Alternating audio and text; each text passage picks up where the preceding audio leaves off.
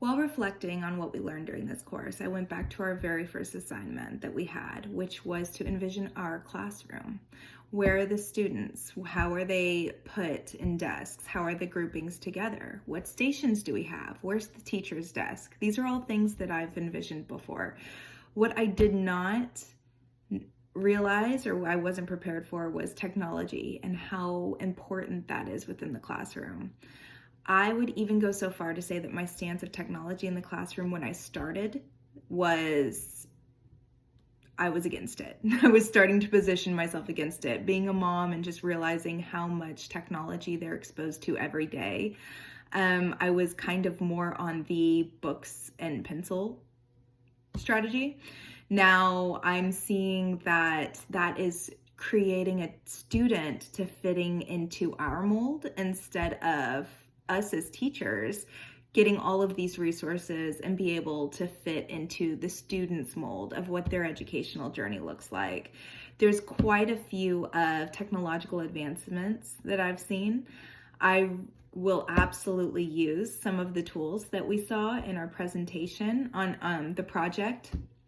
I really enjoyed Kahoot. It was very easy to use. It was easy to learn. Also Dojo Classroom, very visually appealing. Some of these have point systems, so the students feel like they're achieving something and they're not just learning, which is what they're doing and why we send them there. I really enjoy some of the innovative tools that were meant for intervention as well. I like the speech to text and innovation that they have, where if a child is trying to learn science but they're struggling with reading and writing, they're so overwhelmed with taking notes that they're not even immersed in the topic that they're trying to understand that's at hand. So I thought it was very important that that child can just formulate sentences on what they feel like is valuable, so they still have that say-so within their education, and it can populate the notes onto a screen, and they can review those for future reference. But this also allows the student to be able to see the population of those words, and it's inadvertently helping the student, their reading and their writing without them even really realizing it. So I would absolutely use that for any student that needs it in the future. I think that is a tool that is absolutely necessary. There's also many different tools that, in addition to being able to populate the quizzes and the teacher's lessons, there's also tools where it allows communication for all the players on the student. So the students, the parents are extremely important within the journey of the students. The teacher, of course, the co-teachers, the coaches, the special education teachers, the administrators.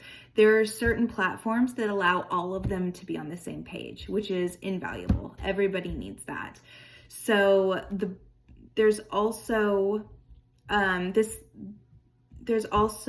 biggest obstacle for me is to be able to look at future technological innovations and be able to see the good, bad, and the indifferent in them, and be able to take the tools, familiarize myself with the tools, and be able to bring them in the classroom, or just be aware of them. Because no matter where our stance is on certain tools, our students most likely know the tools and they most likely might use them. So it's important for us as teachers to just constantly be learning, constantly be immersing ourselves in what is out there and how we can better help our students to achieve the goals and just be a supportive unit for them.